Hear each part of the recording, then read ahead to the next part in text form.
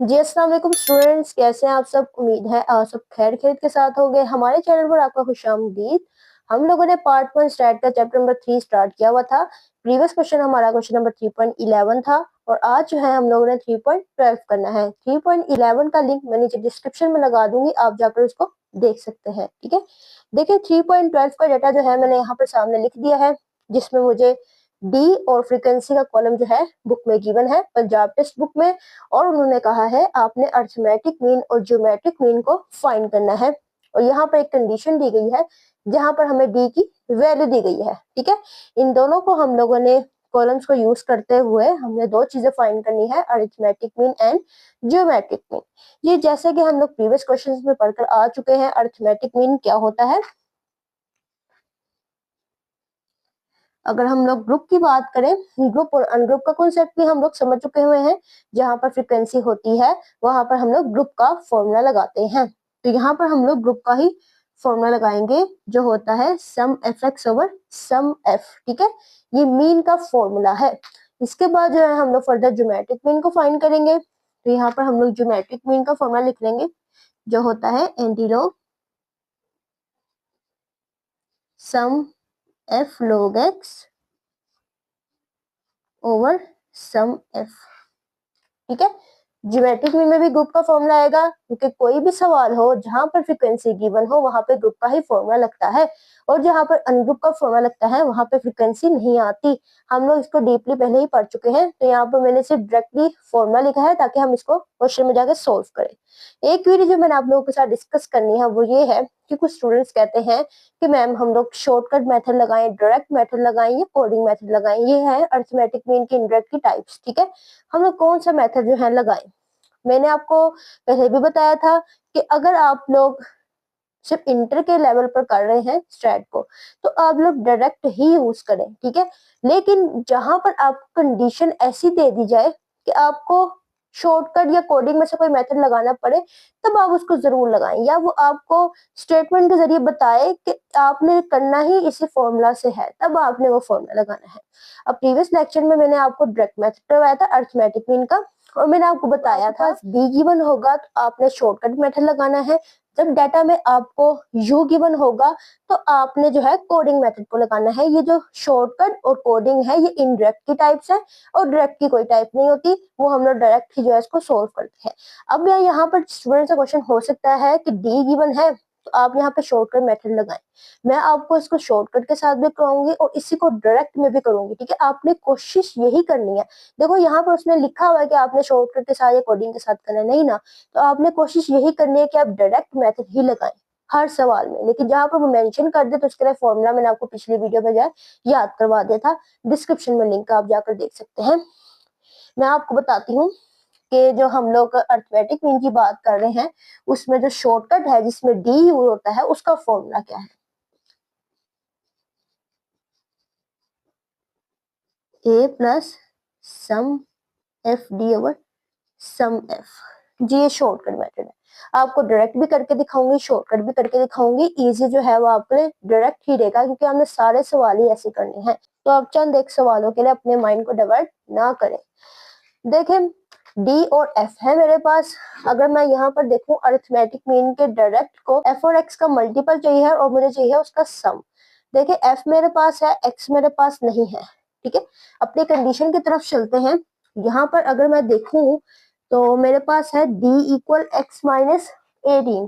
ठीक है, अब डी तो मेरे पास है, डी की वैल्यूज मेरे पास है, तो मुझे जरूरत नहीं है, नीड नहीं है मुझे डी की। तो मैं यहाँ पर क्या करूंगी, मैं एक्स को बाहर ले आती हूँ क्योंकि मुझे एक्स तो चाहिए, डी अंदर चला जाएगा। तो यहाँ पर देखिए अगर आप इसको मैथमेटिक्स में सोल्व करेंगे तो मेरे पास कंडीशन निकलेगी एक्स इक्वल डी प्लस 18 के साथ सोल्व करूं तो मेरे पास कौन सी वैल्यू जाएंगी, एक्स की। यानी कि मैं कहना चाह रही हूँ कि आपके पास आप नेक्स्ट कॉलम बनाए एक्स इक्वल डी प्लस 18। ठीक है, डी देखे मेरे पास क्या है, मेरे पास है -12 और इसमें 18 ऐड कर दें जो कि हम लोगों ने यहां से निकाला है। ठीक है, -12 प्लस 18 अगर आप करें तो आपके पास जो एक्स की फर्स्ट वैल्यू आती है वो है 6। ठीक है, इसी तरह से आप -8 और +18 करें तो आपके पास वैल्यू आती है 10। क्लियर होगी बात की। यहाँ से हमारे पास x आ रहा है तो हम fx को मल्टीप्लाई करके अपना सम f का टोटल fx का टोटल निकाल सकते हैं। फर्दर मैंने यहाँ पे वैल्यूज निकाल कर रखी हुई है। अगले हमारे पास 14 आ जाएगी, 18 आ जाएगी, फिर 22 आ जाएगी, नेक्स्ट वैल्यू मेरे पास 26 आ जाएगी, फिर 30 आ जाएगी, और लास्ट पे जो मेरे पास x है वो 34 आ जाएगा। ठीक है, अब देखें मैं क्या करती हूँ, नेक्स्ट कॉलम मैंने बनाना है अपने फॉर्मूला के अकॉर्डिंग f और x का। तो यहाँ पर जो है मैं अगला कॉलम बना लेती हूँ fx का। ठीक है, fx का मैंने कॉलम बना लिया। अब मेरे पास f की फर्स्ट वैल्यू है 2 और x की फर्स्ट वैल्यू है 6। ठीक है, तो 2 6 जा 12, 5 10 जा 50, और 88 को 14 के साथ मल्टीप्लाई करवाऊंगी तो मेरे पास वैल्यू आएगी 112। इसी तरह से 18 को 18 के साथ मैं मल्टीप्लाई करवाऊंगी तो मेरे पास जो है वैल्यू आएगी 324। अब जो है मैं इसको दोबारा से एडअप करूंगी तो मेरे पास देखते हैं फाइनल वैल्यू क्या आ रही है। 50, 112,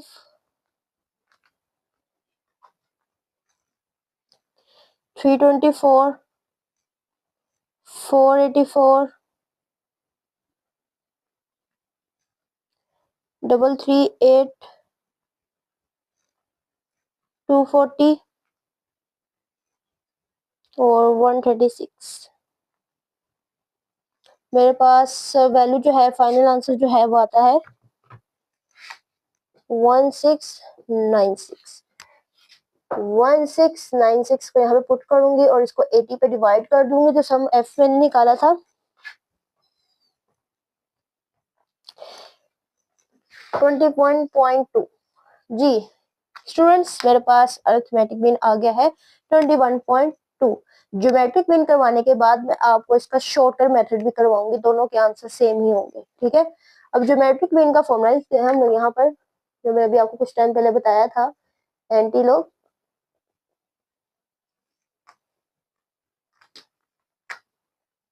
सम f log x over sum F.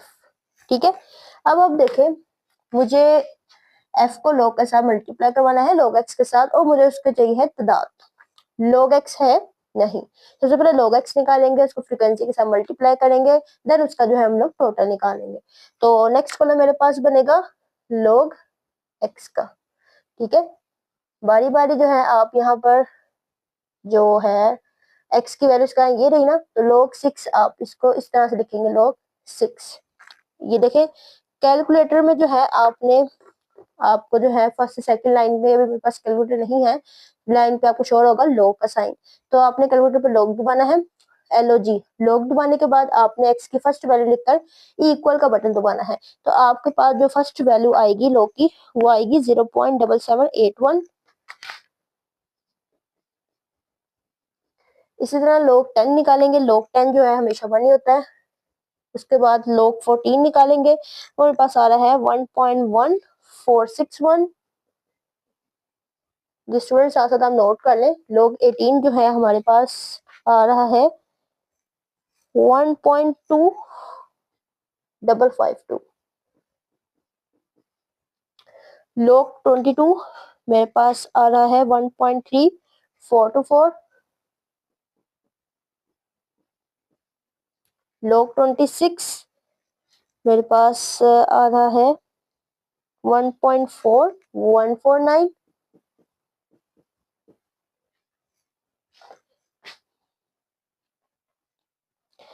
One point 4771, और लास्ट मेरे पास log x की वैल्यू आ रही है 1.5314। जी जनाब, log x आ गया। अब आप देख सकते हैं अपने फॉर्मूला में जाके कि हमें log x से पहले f चाहिए है, यानी कि फ्रीक्वेंसी चाहिए है। ठीक है, तो यहाँ पर अगला कॉलम बनेगा f log x का। क्लियर होगा, इसमें कोई मुश्किल वाली बात तो नहीं, ये चीज आ गई थी, इसके पीछे फ्रीक्वेंसी को मल्टीप्लाई करना है, और यह है सम। इसका मतलब है कि आपने किसी चीज की लेनी है तादाद। ठीक है, तो यहाँ पर देखे व्यूअर्स, कि हमारे पास फ्रीक्वेंसी की फर्स्ट वैल्यू 2 है, पहले फ्रीक्वेंसी लिखा होगा तो फ्रीक्वेंसी की वैल्यू ही लेंगे, पहले लॉग की वैल्यू नहीं लेंगे। तो आपने 2 को मल्टीप्लाई करवाना है 0.7781 के साथ, तो मेरे पास वैल्यू आ रही है 1.5562। 10 को आप 1 से मल्टीप्लाई करवाएंगे, 5 को आप 1 से मल्टीप्लाई करवाएंगे तो मेरे पास वैल्यू आ जाएगी 5, और नेक्स्ट आएगी 9.1688 जी। नेक्स्ट वैल्यू मेरे पास आ रही है 22.5936 जी स्टूडेंट्स। नेक्स्ट वैल्यू आ रही है 29.5328। नेक्स्ट आप मल्टीप्लाई कराएं, 13 को इसके साथ मल्टीप्लाई करवाएं, मेरे पास वैल्यू आ रही है 11.8168 जी, and लास्ट वन इज 6.1256 जी। तो स्टूडेंट्स हमें इसका ही टोटल चाहिए, हमने यहाँ पर जाकर पुट करना है। तो एफ log x का देखते हैं सम क्या आ रहा है मेरे पास 104.18। आगे भी आप लिख लें, फुल वैल्यू कर लेते हैं। आगे मेरे पास है 75 जी। ये मेरे पास टोटल आ गया एफ log x का, ठीक है। तो अब देखें, मैंने यहाँ पर जाकर एंटी लॉग अभी आप वैसे ही रहने दें, यहाँ पर मैंने इसका लिख दिया टोटल, और मैंने इसको डिवाइड कर दिया 80 के साथ। डिवाइड करके देखते हैं क्या वैल्यू आ रही है, उसके बाद भी हम इसका एंटी लॉग लेंगे। डिवाइड करके मेरे पास वैल्यू आ रही है 1.3023, ठीक है। अब इसका एंटी लॉग लेंगे, घबराने वाली कोई बात नहीं है। इसका एंटी लॉग किस तरह से आएगा, कैलकुलेटर पे आपने बटन दबाना है शिफ्ट का, शिफ्ट के साथ ही आपने जो है लॉग के बटन को प्रेस करना है, तो आपके पास छोटा सा आइकन आ जाएगा 10 का, ठीक है। छोटा सा स्मॉल सा आइकन बना होगा, क्या करना है आपने सबसे पहले शिफ्ट का बटन दबाना है कैलकुलेटर पे, फिर आपने जाना है लॉग के बटन में। जब हमने ये किया था ना, यहाँ पे लॉग निकाला था, तो उस बटन पे आपने क्लिक करना है कि आपके पास ये छोटा सा साइन आएगा 10 का, उसके आगे आपने ये वैल्यू लिख देनी है, ये वाली, और इक्वल करेंगे तो आपके पास आंसर आ जाएगा, जो कि आ रहा है 20.6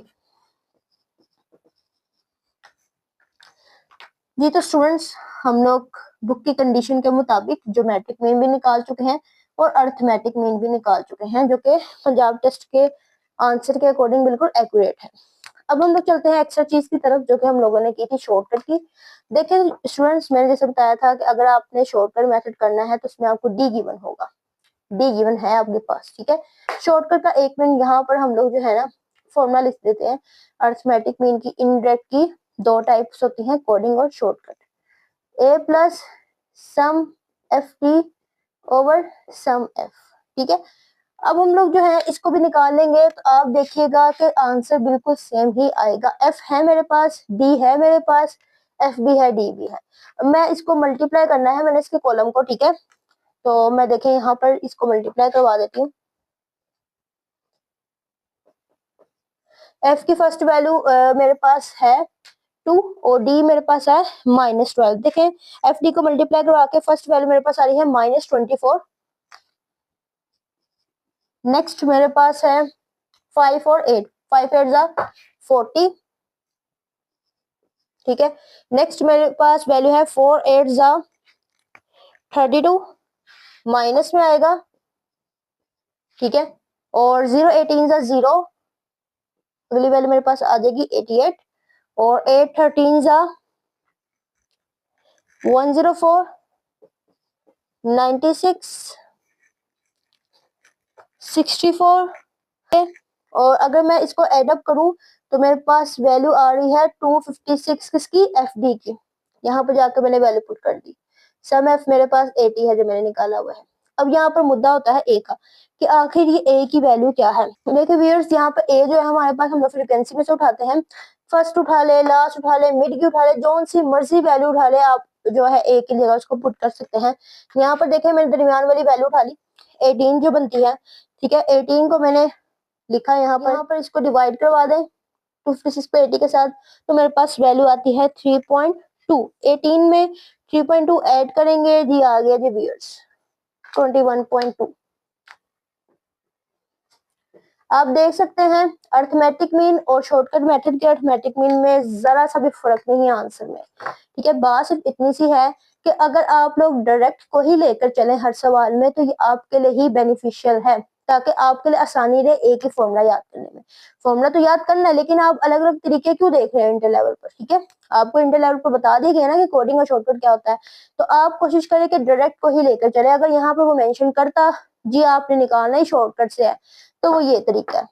ठीक है, कोडिंग में क्या होगा, कोडिंग में यू आ जाता है डी की जगह और कुछ भी नहीं होता, उसको एच के साथ मल्टीप्लाई करवाते हैं। ठीक है, एच जो है वो भी आपको मैंने प्रीवियस लेक्चर में बता दिया था, आप लोग जो है डिस्क्रिप्शन में मेरा लिंक लगा है, जाकर उस टॉपिक को अच्छे से समझ सकते हैं, ताकि आपका जो है कंफ्यूजन जो है आपकी है वो दूर हो जाए। ठीक है, तो व्यूअर्स स्टूडेंट्स आप इसका स्क्रीनशॉट ले लें और उम्मीद है आपको लेक्चर किससे समझ आई। अगर आपको क्यूरी है तो आप मुझे कमेंट बॉक्स में मैसेज करें। इंस्टाग्राम का लिंक भी मेरा डिस्क्रिप्शन में लगा हुआ है, आप मुझे इंस्टाग्राम पर मैसेज करें, मैं अवेलेबल रहूंगी और आपकी जो है मैसेज का जवाब दूंगी। और आज के लिए बस इतना ही स्टूडेंट, मुझे इजाजत, अल्लाह हाफिज।